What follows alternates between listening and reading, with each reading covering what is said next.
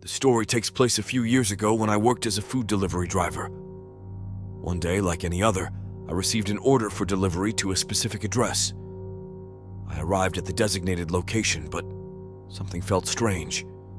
It seemed that I had been asked to deliver to this place several times before, which piqued my curiosity. As I stood outside the house, I couldn't shake a feeling of unease.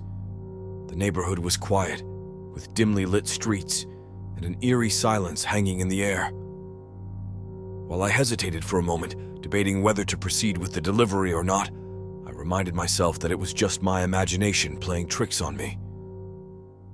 Taking a deep breath, I approached the front door and rang the doorbell. The door creaked open, revealing a dimly lit hallway. The air inside was heavy, and an unsettling chill ran down my spine. "Hello?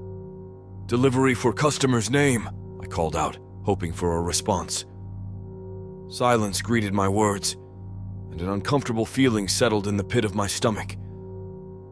I reluctantly stepped inside, the faint sound of my footsteps echoing through the empty house. As I made my way further into the hallway, the atmosphere grew increasingly suffocating.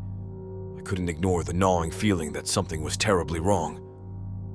I reached the end of the corridor, where a partially open door beckoned me. With trembling hands, I pushed it open, revealing a scene that sent shivers down my spine.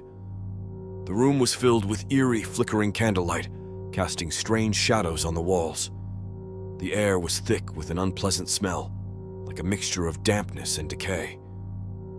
In the center of the room, a figure sat hunched over a table, their back turned towards me.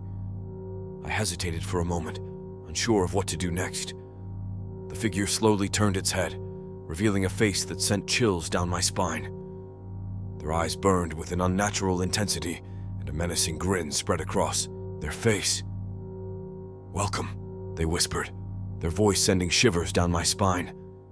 "You finally made it. We've been expecting you." In that moment, all my instincts screamed at me to get out of there. I turned and fled, the echoes of their laughter following me as I sprinted towards my car. The whole experience had been like a twisted nightmare, and I couldn't shake the feeling that I had narrowly escaped something truly horrifying. Needless to say, I never returned to that address again. I don't know what sinister secrets lay behind those doors, but one thing is for certain. It was an encounter I will never forget.